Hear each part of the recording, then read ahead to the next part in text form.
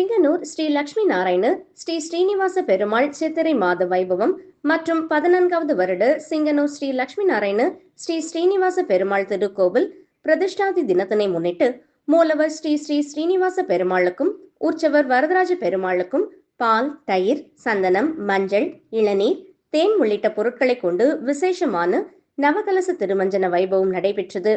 தொடர்ந்து பூஜிக்கப்பட்ட கலசம் கோவில் உத்தரகார மலம் வந்து மூலவர் ஸ்ரீ ஸ்ரீனிவாச பெருமாள் மற்றும் உற்சவர் ஸ்ரீதேவி பூதேவி சமேத வரதராஜ பெருமாளுக்கும் பூஜிக்கப்பட்ட கலச நீரால் மகா அபிஷேகம் நடைபெற்றது. தொடர்ந்து மகா தீபாராதனை, பஞ்சமுக தீபாராதனை, மங்கள ஆரத்தியும் காண்பிக்கப்பட்டது. தொடர்ந்து தீர்த்த பிரசாத கோஷ்டி வைபவம் நடைபெற்றது. இதில் திரளான பக்தர்கள் கலந்து கொண்டனர்.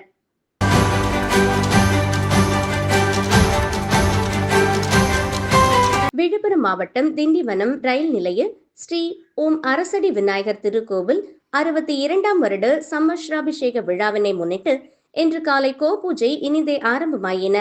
தொடர்ந்து விக்னேஸ்வர பூஜை மற்றும் 2ஆம் கால யாகசாலை பூஜையில் 108 சங்குகள் பிரதிஷ்டை செய்யப்பட்டு பல்வேறு வகையான சிறப்பு பூஜைகள் நடைபெற்றன. தொடர்ந்து யாக குண்டத்தில் பல்வேறு வகையான திரவிய பொருட்கள், பட்டு வஸ்திரங்கள் மற்றும் பழங்கள் உள்ளிட்ட பொருட்கள் செலுத்தப்பட்டன.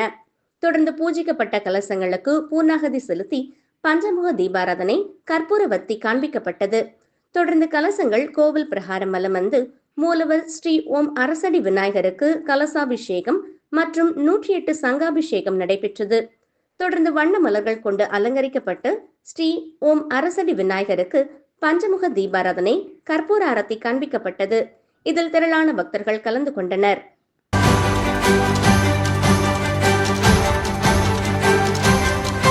தென் தமிழகத்தில் பிரசித்தி பெற்ற வைணவ ஸ்தலங்களில் ஒன்றான நெல்லை பாளையங்கோட்டை அழகிய மன்னார் ராஜகோபால சுவாமி திருக்கோவிலில் தமிழ் மாதத்தின் 2வது மாதமான வைகாசி மாத பிறப்பை ஒட்டி சிறப்பு கோபூஜை நடைபெற்றது. இதனையொட்டி அதிகாலை கோவில் நடை திறக்கப்பட்டு விஸ்வரூப தரிசனம் நடைபெற்றது. பின்னர் கோவில் பெரிய திருவடி சன்னதி முன்பு கன்றுடன் கூடிய பசு அழைத்து வரப்பட்டு கோபூஜை நடைபெற்றது. தொடர்ந்து பசுவிற்கு புத்தாடை அணிவிக்கப்பட்டு உலக நன்மை வேண்டி சிறப்பு அர்ச்சனை செய்யப்பட்டு அரிசி, வெல்லம், பழங்கள் உள்ளிட்ட பிரசாதங்கள் கொடுக்கப்பட்டது. தொடர்ந்து மகா தீபாராதனை நடைபெற்றது.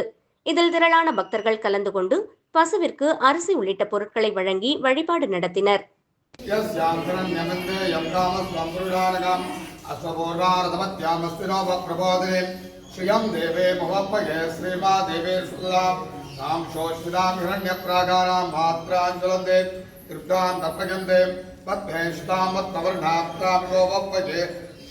श्रियं देवे महोपजे श्रीर्वा देवे पुंडरीकाक्षाय नमः विद्याय नमः सदा जुगणे नमः मूर्ते नमः प्रभोषणाय नमः विद्याय नमः विद्याय नमः शान्ते नमः वा शून्ये नमः विद्या अमृत लोकाकुदे नमः के नमः वा औद्धे नमः प्रमोदायिने नमः स्वामिने नमः वा महालक्ष्मीष्टोत्तर नामालयकरेभ्यां समस्तराज्योपचारां समर्पयामि नमः आवादनं समस्तराज्योपचारां समस्तदेवताभ्यो घोषितं निवेदयामि तत्प्रिये वन्दे वत्सले तत्कलाय दास्ये तत्प्रिये विश्वमनोलभोले तत्पादवत्तं निसंविदत्रोण प्रिये जातस्य आनिर्गायस्य पूजा तदस्य ददाने यं वजानाम तत्समाय तस्य कविदा विदत्रोण्य ममस्ये गन्धर्व शुद्धियोदर्गा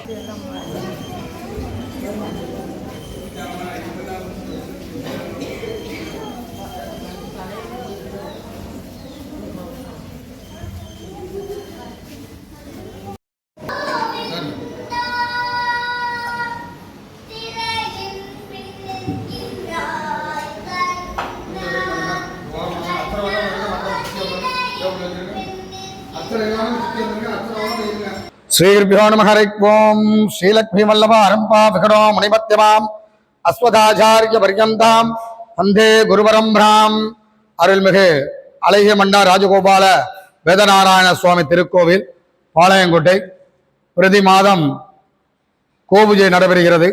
இன்று வைகாசி மாதத்தை முன்னிட்டு விசேஷமாக கோபூஜை நடைபெற்றது. பெருமாள் திருவாரணம் விசேஷ பூஜைகள் நடைபெற்றுக் கொண்டிருக்கிறது. பக்தருக்கு அருள் பாலித்து கொண்டிருக்கார். கல்வி கதிபதியாக திகழ்ந்து கொண்டிருக்கார் வேதநாராயண பெருமாள். விஸ்வாச வருஷத்தில் வைகாசி மாச கோபூஜை வெகு விமர்சையாக நடைபெற்றன. பெருமாள் பக்தர்கள் அனைவருக்கும் அருள் பாலித்து செய்து கொண்டார். வரதராஜ பட்டாச்சார், பாளையங்கோட்டை.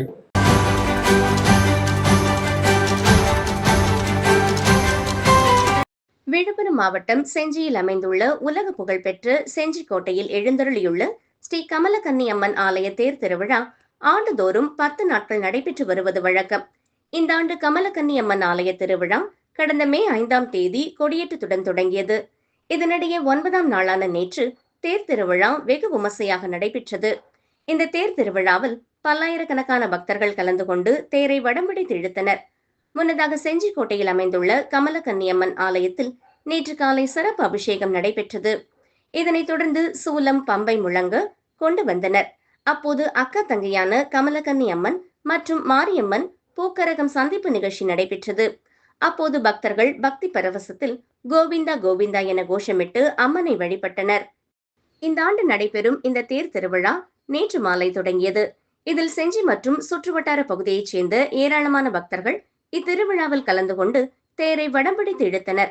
இந்த பிரம்மாண்ட தேர் செஞ்சி எம்ஜிஆர் நகர் மந்தவெளியில் தொடங்கி திருவள்ளுவர் தெரு, திருவண்ணாமலை சாலை, விழுப்புரம் சாலை, சந்திர தெரு வழியாக திருக்கோவிலை அடைந்தது.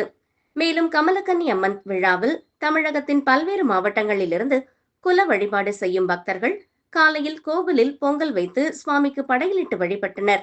மேலும் திருத்தேர் வீதி உலாவின் போது திருத்தேரின் முன்பு மேளதாளம் முழங்க சிவ வாத்தியங்களுடன் டிஜே இசையில் சினிமா பாடல்களுக்கு இளைஞர்கள் நடனமாடி மகிழ்ந்தனர். பக்தர்களின் பாதுகாப்புக்காக செஞ்சி போலீசார் பாதுகாப்பு பணியில் ஈடுபட்டனர். மேலும் முன்னெச்சரிக்கை நடவடிக்கையாக செஞ்சி நகரில் பெரும்பாலான பகுதிகளில் மின்சாரம் தடை செய்யப்பட்டது.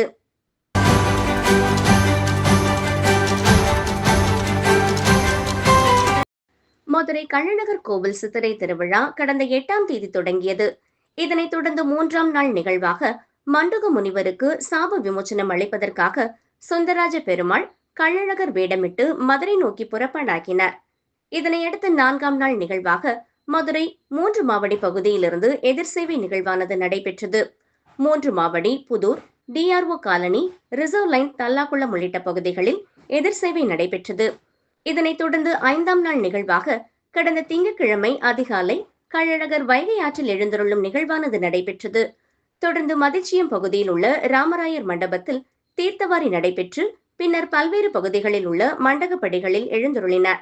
இதனைத் தொடர்ந்து 6ஆம் நாள் நிகழ்வாக நேற்று முன்தினம் காலை வண்டியூர் வீரராகவ பெருமாள் கோவிலில் எழுந்தருளிய பின்பாக நேற்று முன்தினம் மாலை மதுரை வண்டியூர் தேனூர் மண்டபத்தில் மாண்டக முனிவருக்கு சாப விமோச்சனம் அளிக்கும் நிகழ்வு நடைபெற்றது.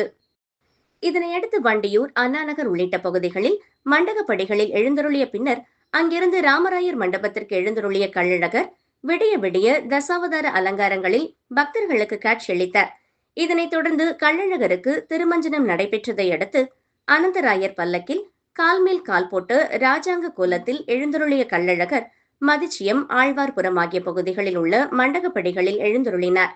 பின்னர் தடம் பார்க்கும் நிகழ்வாக கள்ளழகர் தங்க குதிரை வாகனத்தில் எழுந்தருளிய பகுதியான ஆழ்வார்புரம் வைகை ஆற்றில் மீண்டும் ராஜாங்க கோலத்தில் இந்த அறநிலைத்துறை மற்றும் லாலா ஸ்ரீ ரங்கசத்திர மண்டகப்படிகளில் எழுந்தருளிய காட்சி தந்தார். ராஜாங்க அலங்காரத்தில் அனந்தராயர் பல்லக்கில் மீண்டும் எழுந்தருளிய போது வைகை ஆற்றிற்குள் குவிந்திருந்த ஆயிரக்கணக்கான பக்தர்கள் கோவிந்தா கோவிந்தா கோஷம் முழங்க கையில் சர்க்கரை தீபமேந்தி சுவாமி தரிசனம் செய்தனர். ஆற்றில் தண்ணீர் திறக்கப்பட்டுள்ள நிலையில் தண்ணீரில் நின்ற பக்தர்களை காவல்துறையினர் வெளியேற்றினர். வைகை ஆற்றிற்குள் மீண்டும் கள்ளழகர் எழுந்தருளிய போது வழிநெடுகிலும் பக்தர்கள் குவிந்து காணப்பட்டனர். இதனைத் தொடர்ந்து மூங்கில்கடை தெருப்பகுதி, கோரிப்பாளையம், தல்லாக்குளம் ஆகிய பகுதிகளில் உள்ள மண்டகப்படிகளில் மீண்டும் எழுந்தருளிய கள்ளழகர் மதுரை தல்லாக்குளத்தில் உள்ள ராமநாதபுரம் மன்னர் சேதுபதி மண்டபத்தில் இரவு எழுந்தருளினார். பின்னர் கள்ளழகருக்கு திருமஞ்சனமாக்கி நள்ளிரவில் பூப்பல்லக்கில் கள்ளழகர் திருக்கோலத்தில் எழுந்தருளும் வைபவம் நடைபெற உள்ளது. பின்னர் கள்ளழகருக்கு திருமஞ்சனமாக்கி நள்ளிரவில் பூப்பல்லக்கில் கள்ளழகர் திருக்கோலத்தில் எழுந்தருளும் வைபவம் நடைபெற்றது.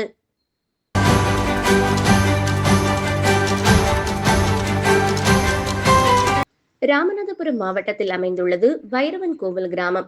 இங்கு அதே பகுதியைச் சேர்ந்த ஒருவர் பல 100 ஆண்டுகளுக்கு முன்பு பசும்பால் தினமும் கொண்டு செல்வதாகவும் ஒரு இடத்தில் மட்டும் தினம் தினம் காலிடறி விட்டுக் கொண்டே இருந்துள்ளது. இந்த நிலையில் அந்த இடத்தில் கூனியம்மனின் சிலை கண்டெடுக்கப்பட்டது மட்டுமன்றி அருகாமையில் பைரவரின் சிலையும் ஒன்று கண்டெடுக்கப்பட்டதால் அந்த கிராமத்திற்கு வைரவன் கோவில் என பெயர் பெற்றதாக சொல்லப்படுகிறது. அதே சமயம் ராமநாதபுரம் மாவட்டத்திலேயே இந்த கிராம மக்கள்தான் முளைப்பாரி திருவிழாவை அறிமுகப்படுத்தியது என்பது குறிப்பிடத்தக்கது. அதேபோல கூனியம்மன் ஆலயம் முன்பு அமைந்துள்ள குளம் கப்பக்கன்னி குளம் எனவும் இங்குதான் அகஸ்தியர் தவம் செய்ததாகவும் கூறப்படுகிறது.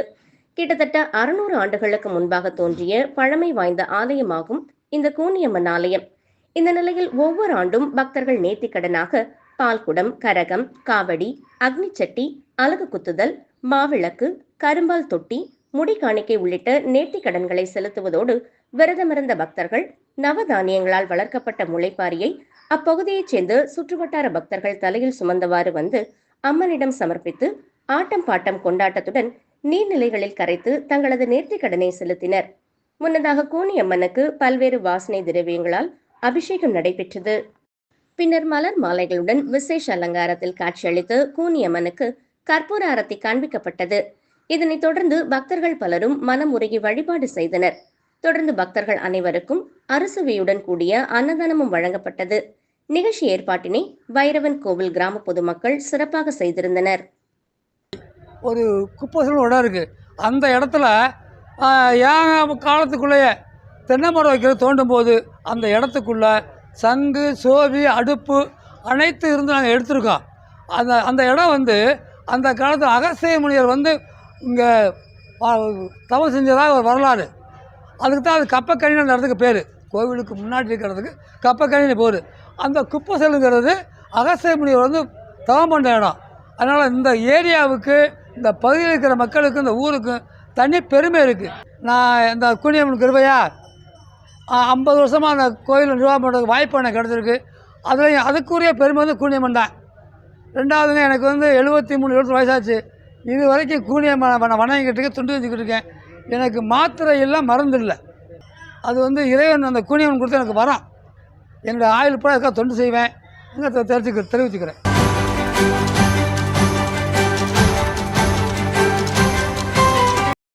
புதுச்சேரி புரோகிதர் மற்றும் பிராமண நல சங்கம் மற்றும் ஸ்ரீ ருத்ரபாத சேவா அறக்கட்டளை சார்பில் ஜெகத்குரு ஸ்ரீ ஸ்ரீ ஸ்ரீ சந்திரசேகர சரஸ்வதி சுவாமிகள் மகா பெரிவாவின் நூதன பஞ்சலோக விக்கிரக பிரதிஷ்டை விழா மற்றும் சங்கத்தின் 17ஆம் ஆண்டு விழா நடைபெற்றது. லாஸ்பேட்டை குறிஞ்சி நகரில் எழுந்தருளியுள்ள ஸ்ரீ வலம்புரி விநாயகர் ஆலயத்தில் நடைபெற்ற விழாவில் ஸ்ரீ ஸ்ரீ ஸ்ரீ ஜெகத்குரு ஆதிசங்கர பகவத் வாத சுவாமிகளின் அனுகிரகத்தால் சங்க மூத்த உறுப்பினர் துரைசாமி ஐயர் அவர்களின் பெரும் நிதியுதவியால் ஜெகத்குரு காஞ்சி காமகோடி பீடாதிபதி ஸ்ரீ ஸ்ரீ ஸ்ரீ சங்கர சந்திரசேகர மகா பெரிவா நூதன பஞ்சலோக விக்கிரக பிரதிஷ்டை செய்யப்பட்டது. தொடர்ந்து சிலைக்கு சிறப்பு அபிஷேக ஆராதனைகள் நடைபெற்றது. தொடர்ந்து மகா பிரதிஷ்டை, அபிஷேகம், அர்ச்சனைகள் செய்யப்பட்டு மகா தீபாராதனை காண்பிக்கப்பட்டது. இதில் ஏராளமான பக்த கோடிகள் மற்றும் புரோகிதர்கள் மற்றும் பிராமண நலசங்க நிர்வாகிகள் பலர் கலந்து கொண்டு சிறப்பித்தனர். விழாவிற்கான ஏற்பாடுகளை தலைவர் ஆனந்த் சர்மா, செயலாளர் சிவச்சந்திர கணேஷ் சர்மா, கௌரவ தலைவர் கிருஷ்ணமூர்த்தி, பொருளாளர் சிவராமகிருஷ்ண சர்மா, துணை செயலாளர் ராம்குமார் சர்மா, துணைத் தலைவர் கங்காதரன், ஒருங்கிணைப்பாளர் சந்திரசேகர சர்மா உள்ளிட்ட நிர்வாகிகள் செய்திருந்தனர்.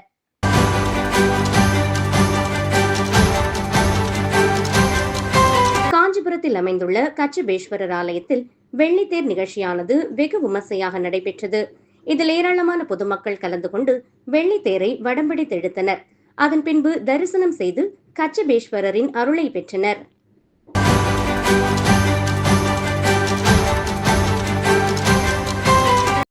காஞ்சிபுரம் வையாவூர் சாலையில் அமைந்துள்ள புத்த விகாரில் நடைபெற்ற புத்த பூர்ணிமா திருவிழாவையொட்டி ஊர்வலம் மற்றும் கலை நிகழ்ச்சிகள் ஆகியன நடைபெற்றது. பகவான் புத்தர் பிறந்த நாள், ஞானம் பெற்ற நாள் மற்றும் உயிரிழந்த நாள் ஆகிய மூன்றும் நடந்தது சித்ரா பூர்ணிமை நாளாகும். எனவே இந்த நாளை புத்த பூர்ணிமா விழாவாக உலகமெங்கும் கொண்டாடப்பட்டு வருகிறது. காஞ்சிபுரம் வையாவூர் சாலையில் அமைந்துள்ள புத்த விகாரில் புத்த பூர்ணிமா விழாவையொட்டி புத்த பிக்குகள், போதி அம்பேத்கர், புத்தம்பாலா ஆகியோர் தலைமையில் சிறப்பு வழிபாடு நடைபெற்றது. புத்த விகாருக்கு வந்திருந்த பக்தர்கள் பலரும் இரு புத்த பிக்குகளிடம் ஆசி பெற்றனர். இதனைத் தொடர்ந்து காஞ்சிபுரம் பழைய ரயில் நிலையம் சாலையிலிருந்து புத்த பிக்குகள் தலைமையில் புத்த விகார் வரை புத்தரின் சிலைகளுடன் பக்தர்களின் ஊர்வலம் நடைபெற்றது. ஊர்வலத்தில் காஞ்சிபுரம் எம்பி க செல்வம், எம்எல்ஏ எழிலரசன் ஆகியோர் உட்பட பலரும் கலந்து கொண்டனர். விழாவின் முக்கிய நிகழ்வாக போதி தர்மரின் சந்ததியினராக அறியப்பட்ட உடையாளூர் ஜமீன் பரம்பரையினர் புத்த விகாருக்கு வந்து போதி தர்மரை வணங்கி நிகழ்ச்சியில் பங்கேற்றிருப்பதாக புத்த விகாரின் தலைவர் ஆர் திருநாவுக்கரசு தெரிவித்தார். ஏற்பாடுகளை புத்த விகாரின் செயலாளர் ஜி நாகராஜன், பொருளாளர் எம் கௌதமன் ஆகியோர் தலைமையிலான விழா குழுவினர் செய்திருந்தனர். நிறைவாக புத்த விகாரில் சிலம்பம், பர்மக்கலை, கராத்தே உள்ளிட்ட கலைகளை கற்றுக்கொள்வதால் ஏற்படும் பயன்கள் குறித்து செயல்முறை விளக்கமும் நடைபெற்றது.